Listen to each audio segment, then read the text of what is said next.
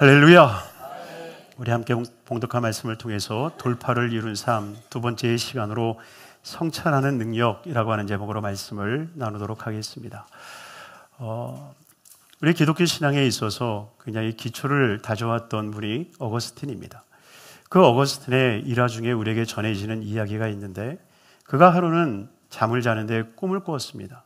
꿈을 꾸는데 자기가 천국 앞에 서 있더랍니다. 그래서 그 문을 통과해서 들어가려고 했더니 천사가 막아서면서 당신은 누구요? 라고 묻더랍니다. 그래서 저는 그리스도인입니다 라고 이야기를 했더니 천사가 한참을 바라보다가 당신은 그리스도인이 아니요, 하나님의 말씀과 하나님의 교훈을 따라 살아간 그리스도인이 아니라 당신은 세상의 철학과 세상의 학문으로 가득한 사람이다 라고 이야기를 하더랍니다. 그래서 거기서 쫓겨나는 것으로 인해서 꿈이 놀래서 꿈을 깨고 난 뒤에 그가 정말 통회하고 자복하며 하나님 앞에 회개 기도했다고 말합니다. 어디 가서 성찰에 대한 이야기를 했더니 목사님, 성찰이라고 하는 말은 불교에서나 쓰는 얘기 아닙니까? 라고 얘기를 하더라고요. 여러분, 그런 거 아닙니다.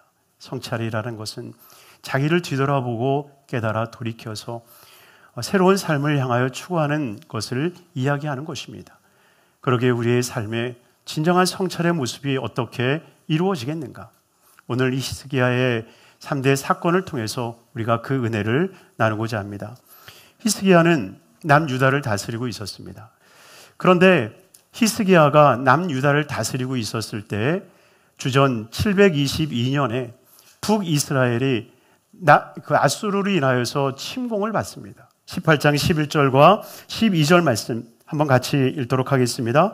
아수르 왕이 이스라엘을 사로잡아 아수르에 이르러 고산 강가에 있는 헬라와 하볼과 메대 사람의 여러 성읍에 두었으니 이는 그들의 하나님 야훼의 말씀을 듣지 아니하고 그의 언약과 야훼의 종 모세가 명령한 모든 것을 따르지 아니하였습니다.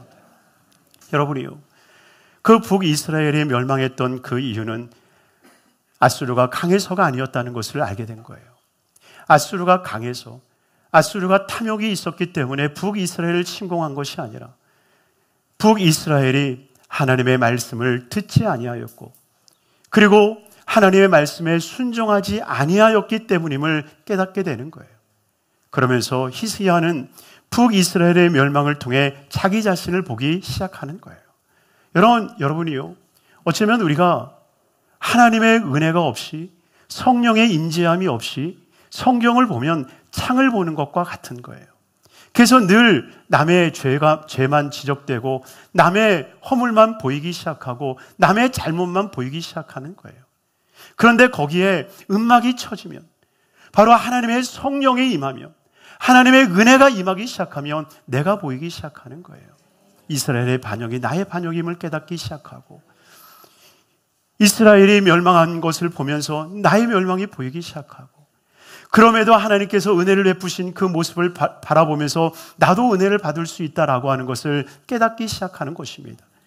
그러니 사랑하는 성도님들이요, 우리의 성찰의 시작은 깨달음부터 시작되는 거예요. 하나님께서 이 엄청난 역사들을 통하여서, 또한 우리에게 주어진 이 성령을 통하여서 우리 자신을 보게 하고 우리 자신이 어떤 모습인지를 진정 깨닫게 하여 주신다는 겁니다. 그러니 말씀을 통하여서 하나님을 볼 뿐만 아니라 내 자신을 보고 나의 연약함을 발견함으로 인해서 하나님께 나아갈 수 있는 은혜가 있기를 주임으로 축원합니다. 그런데 거기에 끝난 것이 아니라 아수르가 북이스라엘을 침공한 뒤에 맛이 들렸는지 남아있는 남유다까지도 침공에 들어왔습니다.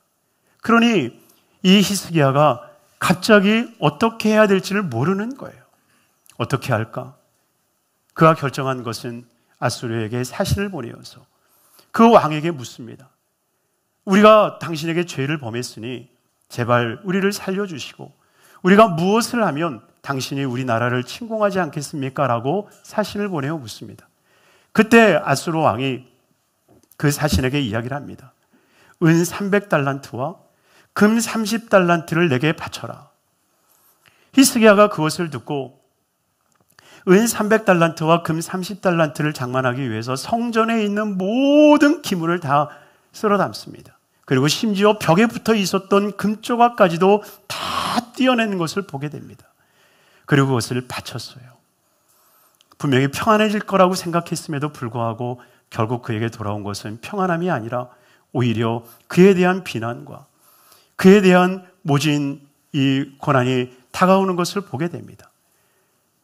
아수르 왕이 그것을 받고 입을 딱 닦은 거예요. 그리고 그의 부하셋을 시켜서 이 남유다를 침공하게 합니다. 그리고 그것에 앞장섰던 이 랍사게라고 하는 사람이 그 이스라엘 백성들을 향해서 이야기하기 시작하는 거예요. 너희는 히스기야 말을 속지 마라. 너희는 그가 너희를 절대 건질 수 없다. 히스기야가 너희에게 야훼를 의지하라고 말하는데 듣지 마라. 하나님이 너희를 결코 지키지 못할 것이다. 그러니 히스기야의 말을 듣지 말고 아수르 왕의 말을 들으라 라고 이 랍사게가 와서 이야기하기 시작하는 거예요. 선동하기 시작하는 거예요. 히스기야 별거 아니다. 히스기야만 너희가 우리한테 거역하면 너희 나라를 평안히 살려주겠다라고 이야기하기 시작하는 거예요. 그때 비로소 히스기야가 하나님의 성전에 들어가 기도하기 시작합니다. 그때 이 히스기야가 돌이켜서 하나님 앞에 기도하자. 하나님은 하나님의 선지자를 통해서 그에게 약속의 말씀을 주십니다. 너가 내 앞에 성실하고 정직히 행하였으니 내가 너에게 은혜를 베풀 것이고 너가 지금 보고 있는 이 아수르 군대를 내가 진멸할 것이며 그리고 그 아수르의 왕을 내가 진멸할 것이다 라고 주님이 약속하십니다. 그리고 놀랍게 그 일이 현실이 되는데요. 19장 35절에서 37절의 말씀 한번 같이 읽도록 하겠습니다. 이 밤에 야훼의 사자가 나와서 아수르 진영에서 군사 18만 5천 명을 친지라. 아침에 일찍이 일어나 보니 다 송장이 되었더라. 장기를 드셔보신 분들은 알겠지만 쫄은 앞으로만 가지 절대 뒤로 못 갑니다. 그래서 쫄이 막 가다 보면요 맨 끝단에 거하게 되는데 거기서부터는 갈 데가 없는 거예요. 갈 데가 없는 거예요. 주님께서는 우리에게 돌이킴의 은혜를 주셨어요. 여러분, 우리는 시간의 한계 속에서 시간을 거슬러 올라갈 수는 없습니다. 그러나 시간 속에 펼쳐진 우리의 삶은 거슬러 올라갈 수 있는 거예요. 그래서 진정으로 주님 앞에 돌이켜서 나의 실수, 나의 잘못을 끝까지 미련하게 지고 나아가는 것이 아니라 하나님 앞에 회복하고 돌이켜서 온전한 뜻을 쫓는 우리 귀한 성도님들의 삶이 되기를 주임으로 축원합니다. 마지막 세 번째로 행동하는 능력이 결국 우리 성찰의 삶의 결말을 이루어감을 보게 되어집니다. 히스기야가 종교개혁을 일으키고 그리고 아수르 왕을 멸하였을 때 바로 그때 어떤 사건이 일어나느냐 20장 1절에서 3절에 나옵니다. 같이 한번 읽겠습니다. 그때 히스기야가 병들어 죽게 되매 아모스의 아들 선지자가 이사야가 그에게 나와서 그에게 이르되 야훼의 말씀이 너는 집을 정리하라 내가 죽고 살지 못하리라 하셨나이다. 히스기야가 낯을 벽으로 향하고 야훼께 기도하여 이르되 야훼여 구하오니 내가 진실과 전심으로 주 앞에 행하며 주께서 보시기에 선하게 행한 것을 기억하옵소서 하고 히스기야가 심히 통곡하더라. 병들어 죽게 되었다라고 하는 이제 너희 집을 정리하라라고 하는 하나님의 말씀을 들었을 때 그가 낯을 벽으로 향하여 하나님 앞에 심한 통곡의 기도를 합니다. 그런데 그 심한 통곡을 할 때에 주님에게 하는 고백 한마디가 있잖아요. 내가 주님 앞에 선한 일을 행하지 않았습니까? 여러분, 그 선한 일이라고 하는 것이 무엇일까요? 그 통곡의 자리에서 이 히스기야의 생각 속에 들어왔던 그 선했던 한 가지의 일이 무엇이었을까요? 그리고 그 일 때문에 하나님 앞에 눈물로 기도할 수밖에 없었던 일이 무엇일까요? 물론 총체적으로 그의 모든 삶을 다 포함하고 있다라고 생각할 수 있지만 좀 전에 읽었던 것처럼 열왕기하 18장 4절에 보면 모세가 만들었던 놋뱀을 이스라엘 자손이 이때까지 향하여 분향함으로 그것을 부수고 누수단이라 일컬었더라. 여러분, 병든 사람들에게 있어서의 소망은 어쩌면 이 놋뱀이었을지 몰라요. 이 놋뱀을 보면서 내가 병들었으니 하나님 치료해 주세요라고 기도했을지 몰라요. 그러니 병든 사람에게 있어서의 이 노뱀은 생명줄과 같았을 겁니다. 그래서 많은 사람들이 이것을 부숴 없앴을 때에 반대했을지 모르죠. 많은 병든 사람이 이것을 보고 희망을 갖고 있는데 만일 왕이 이것을 부수면 병든 사람은 무엇을 의지하고 무엇을 바라보겠습니까? 그러니 제발 이것을 부수지 말아주세요라고 이야기하지 않았을까요? 700년의 전통에 있는 우리의 유물 아닙니까? 그러니 제발 이것을 부수지 말아주세요라고 많은 사람들이 얘기했을지 모릅니다. 그런데 그것을 부수고 나서 아수르가 쳐들어오더니 이제는 히스기야의 병들어 죽게 되어진 겁니다. 그러니 사람들이 노골적으로 히스기야 앞에서 얘기하지 않았다 할지라도 스스로 그런 생각이 들었을지 몰라요. 얼마나 많은 사람이 나를 비난하고 있을까? 저 노뱀을 부서뜨리더니 자기가 병들었네. 결국 죽게 됐네. 그도 후회할 거야. 잘됐다. 센통이다. 아싸 고소하다.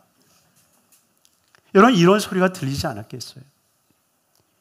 여러분 그러니 시편 42편에 고백하는 것처럼 주여 내가 성일에 하나님을 찬양했던 것이 후회가 됩니다. 사람들이 나더러 내 하나님이 어디 있느냐 내 하나님이 어디 있느냐 말하는 그것이 내 마음을 상하게 합니다. 여러분 이 고백이 히스기야의 고백 아니겠어요? 어쩌면 정말 가슴이 아픈 기도의 모습이 아닌가 생각이 듭니다. 그런데 하나님께서는 그 기도를 들으시는 거죠. 여러분 실상 우리가 신앙생활하면서 결단하고 결심할 때가 있어요.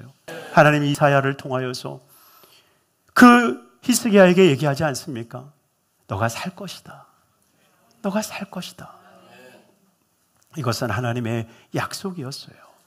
그러니 우리의 신앙의 성찰을 통하여서 깨닫고 돌이키고 믿음으로 행함으로 말미암아 하나님께서 초자연적으로 역사하시는 하나님의 역사와 그 하나님의 기적이 여러분들의 삶 가운데 펼쳐지게 되기를 주님의 이름으로 축원합니다. 축원합니다.